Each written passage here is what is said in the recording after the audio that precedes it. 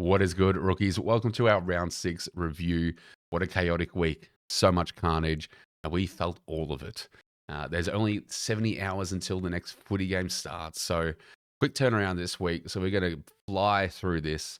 Not that I want to negate the massive hits that we took this week because, hey, it's comical. We can laugh at it, and we can always bounce back. So quick shout out. 636 subscribers. You guys have been absolutely awesome. Thousands of views, etc. on the videos. Members are popping off. You guys have just been absolutely amazing. So big shout out to everyone. If you do watch the content and you are not subscribed, please hit that subscribe button just to show the support. And don't forget to hit like. But let's get into the massive hit that we took. I felt the crux of all the pain this week, and we're about to see why.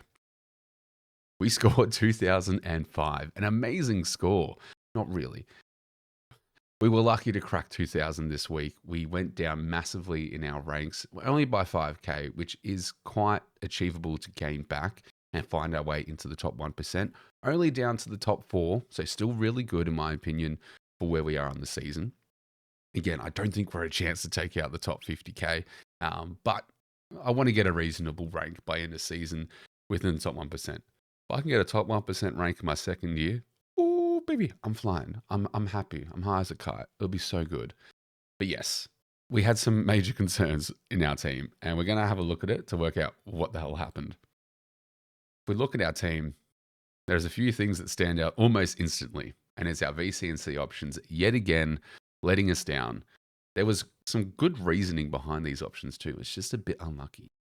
Zorko hasn't been playing the greatest, was expecting a bit of a bounce back game in a competitive game against Collingwood. Just didn't happen. His attitude, his personality got in the way and just kind of let us all down. That's okay. He was a VC. I was considering Whitfield, but was worried that he'd get extra attention from Neil Bullen.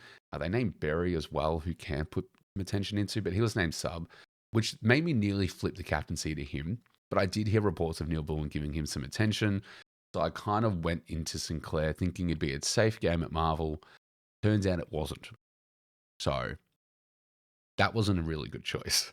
Just getting burnt by our VC and C options this week, especially when you come up against a Dacos of 171.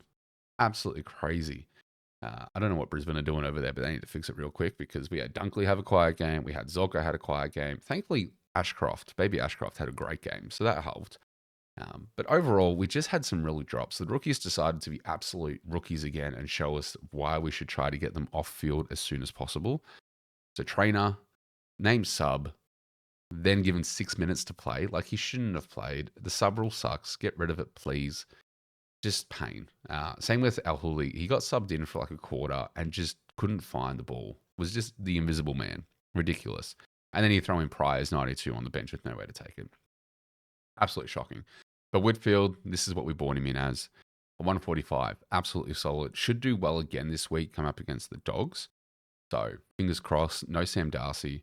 Unfortunately, the injury to Sam Darcy isn't as damaging as we thought it would be. He will be back at some point in the season. Just a few months to recover. And by a few, maybe 2. So we'll see what happens there. Sheasel, it's not necessarily a play thing, it's a role thing. Clarko is, I don't know what he's doing with Sheasel, but he's not putting him in an influential role at the moment. That half forward role where he's dependent on the mids to try and get it out to him, and it's just not working at the moment. North are probably going to try and do some role changes and find different homes for people. So hopefully this benefits Sheasel. I see the reason if you want to trade him out. I still wouldn't. You hold on to him. You trade around him. Same with Zorko. Same with Roberts if you didn't trade him out. Roberts repaid us. Paid the faith. A 119. Very, very solid. Again, the rookies just kind of showed us that the rookies need to be off field. So it is what it is. Our midfield honestly didn't do all that bad. Rookies did rookie sputting. Moraes got a 30. Couldn't seem to do anything good with the ball. I find it. Lindsay, still not bad. 80% time on ground. I think he'll come good. That 9 in the system is falling out. So he has got a 14 break even. So he's going to start making cash again. So I think you just hold. Absolutely hold that. Dunkley and Sinclair will bounce back. Richards has been great the last 2 weeks. A 113 or 114 and a 119. Chera, we expect this now. Very, very good stuff for what we paid for him. So we'll be one of the last upgrades, and we're definitely going to hold him till the buy, trade around him. So very, very good. So The rucks, a 117 from Gorn. You take it, given his halftime score. DeConning, a 100, lowest score so far. Absolutely lovely. No Pitnet named.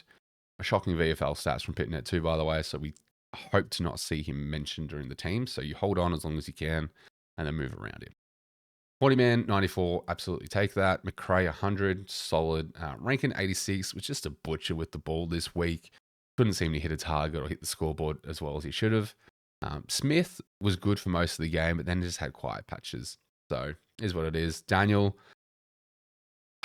it is what it is. He's still going to be fine, I think. And Davidson repaid the faith for holding. It's got us an 82, so he's going to make a bit more cash. He has reset his break even to 37, so definitely can see him getting up to that 350k mark, which is solid. And then we had Bice at 79. So Bice did Bice things. Hopefully a spike score coming in soon, but his break even is still 33. So he's still going to make some good cash, and he's providing solid on-field points consistently. So I think he'll be one of the last rookies we get off in defense. In regards to our bench, Hall, Henderson, and Campo all dead for the moment. I hope to see Hall renamed. Just because of that negative break even.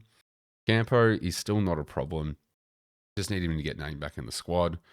Kako and Cleary, fine, I guess. Kako is going to make a little bit more cash. I still think you hold. And Cleary is still going to make more cash. So really it's about cash gen this week and potentially finding a good upgrade. Now there's so many ways that we can go into our trades this week because there's a lot of value to be had and some questionable downgrade options. But the quickest target that we can grab for the moment for trade-in options is Carroll, a 99k rookie, consistently scoring 60s, albeit in a easy matchup. But again, at that price, you kind of have to take it. And that's exactly what we're going to do. We're going to pop him on the bench. We're going to bank that cash. Now, what else can we do from here? Now, Henderson is the only one out of here that's going to lose cash if he plays again. He's got that 54 break even, has no reason to come back into the squad. He has got that DPP, which is valuable. And we'll have a look and see, is there looping options? Thursday, no looping options.